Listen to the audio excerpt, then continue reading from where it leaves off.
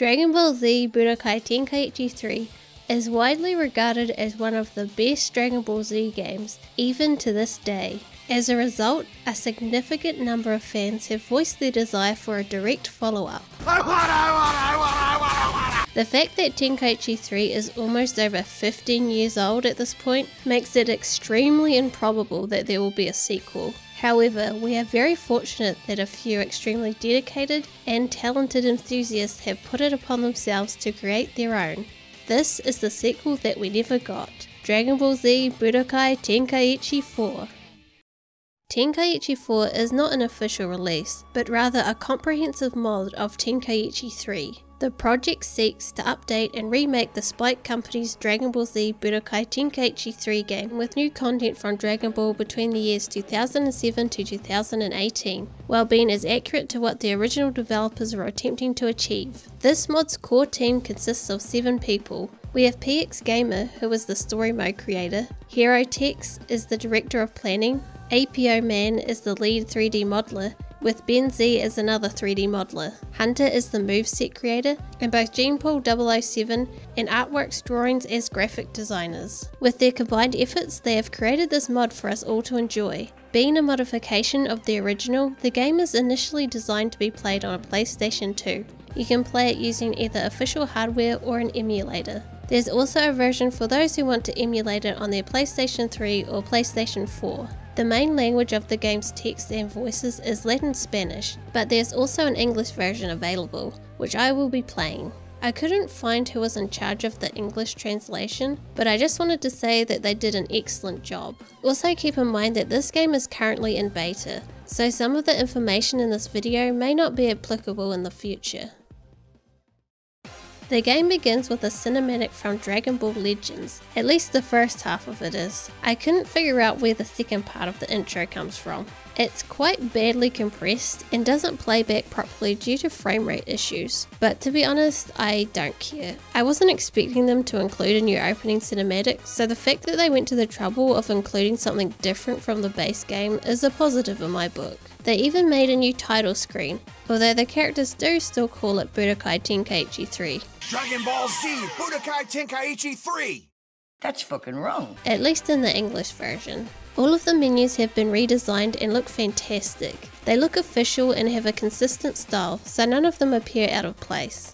The same can be said for the character portraits. There are new characters and transformations, and they all have their own character portraits when being viewed in the character select. The graphics designers did an amazing job of emulating the style of the original character portraits. I don't think I would have noticed that these artworks weren't official if I hadn't known that they were modded in. Tenkaichi 4 shares the same graphical style as Tenkaichi 3, and just like Tenkaichi 3, it looks fantastic. The cell shading is vivid and sharp, with incredible key attacks and auras. The tone outline around the characters make them stand out against the backgrounds. They are also very faithful to their original designs. The same can be said for all the modified models and newly added models. For example, Broly in this game has his Dragon Ball Super design. Even with some of the new transformations such as Goku and Vegeta's Super Saiyan God forms, the models have been tweaked. They've been slimmed down and given slightly larger eyes, like in the anime. My favourite change they made was to Future Gohan. Finally, the game allows you to play him when he only has one arm.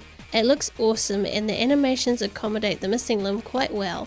In addition, new outfits and key attacks have been included. Some of the alternative outfits are really cool. There was one that makes Super Saiyan 4 Vegeta look like Super Saiyan 3. Broly's outfits let you choose between the Super and OG designs, and one of Kid Goten's costumes makes him resemble Goku Jr. If a character is hit by a powerful attack, they will incur visual battle damage and their stance will alter to a more wary posture when they are low on health. It is no surprise that the Tenkaichi 4 team understands what fans desire, as they are fans themselves, and all that they have added in terms of the characters and how they look and move are all fantastic additions. One of the team's goals was to stay true to the original creator's vision, and in terms of the presentation, they undoubtedly succeeded. Because this is a Tenkaichi 3 mod, the gameplay mechanics are practically the same. If you didn't like them in the third game, you won't like them here either. If you want to hear a more extensive explanation of the core mechanics, I recommend watching my Tenkaichi 3 analysis video. It retains the same 3D fighting system, as well as the dynamic camera and ability to fly around the stages. Most of the deviations seen within this game are the new characters and transformations, as well as some slight alterations to the game modes. There are quite a few new characters to experiment with. They each have their own set of moves, however some are more unique than others. This was also an issue with the base game too, with the multiple versions of Goku and Vegeta all amounting to very similar experiences. Whatever character you select, they all employ the same core control system.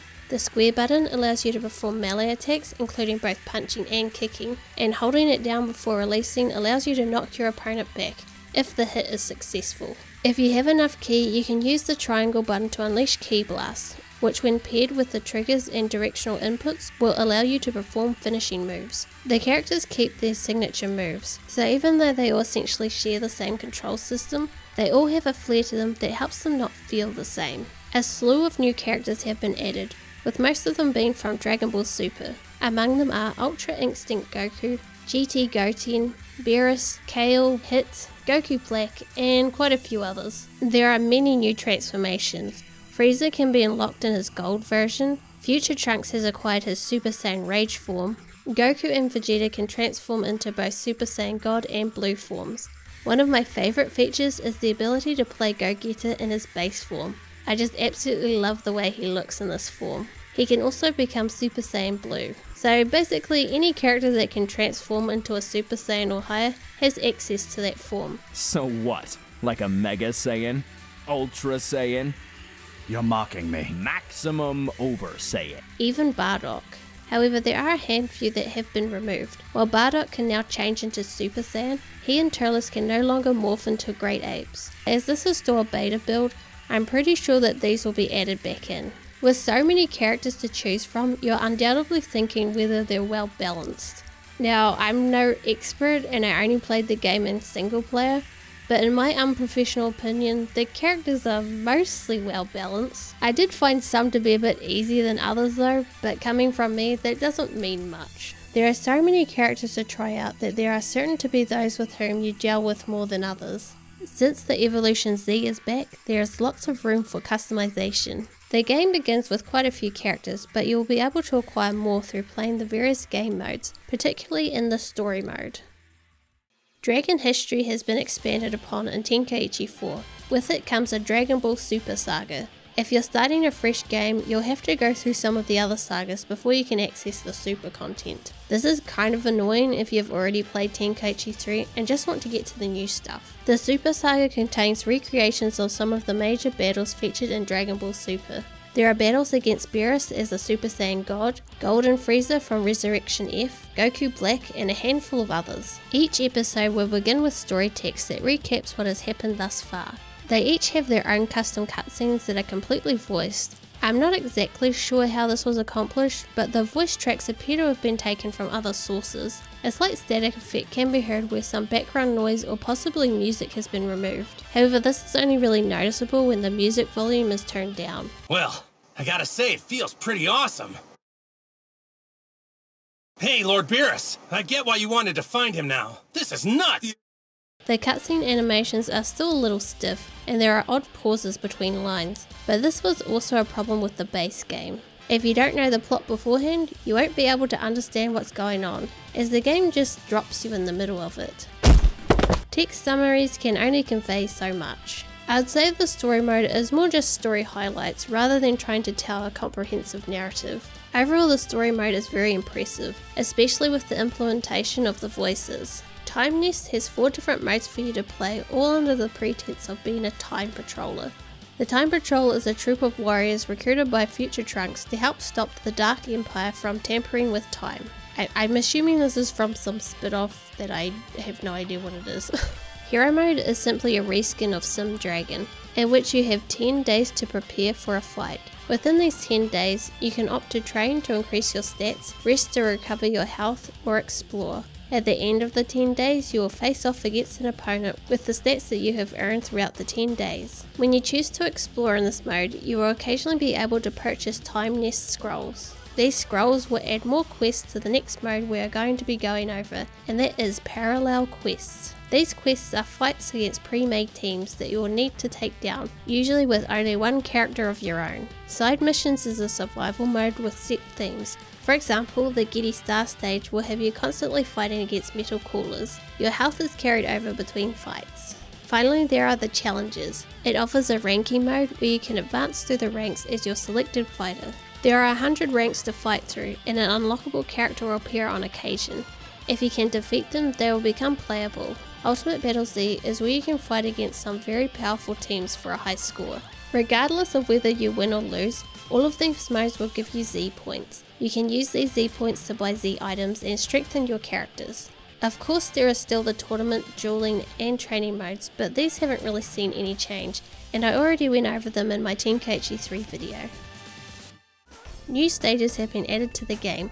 The majority of the new stages are open arenas with plenty of space for you to fly around with few, if any, obstacles to contend with. They feel very samey, but they are the best stages if you just want to focus on attacking your opponent. Unfortunately, one of these new stages, the Tournament of Power final stage, is possibly the weakest in the game, and it's all because the camera and characters are always getting stuck behind the rock pillars that are placed throughout the stage. There just isn't enough room for the camera to function properly, and it makes the stage really annoying to play. The Ruined Future stage is quite cool, as it has a really bleak atmosphere compared to any of the others. The only complaint I had with this stage was that it was a little too dark, especially after using a large key blast, since the game darkens to emphasize the effects, which is typically not an issue, but on this stage it's a little too dark. But other than that, I really like this stage. Dragon Ball Z Budokai Tenkaichi 4 is a very impressive fan creation. So much hard work has been put into giving Tenkaichi 3 fans the sequel that never was. Yes, it is very derivative of Tenkaichi 3, and probably a more accurate description would be an expansion, but it does give a good glimpse into what Tenkaichi 4 might have been. If you enjoy any of the Budokai Tenkaichi games, especially Tenkaichi 3, then this is definitely worth playing. There is absolutely no reason not to. I have left a link in the description to the team's website where it can be downloaded in either English or Spanish. Thank you to the Dragon Ball Z Budokai Tenkaichi 4 team for making this a thing.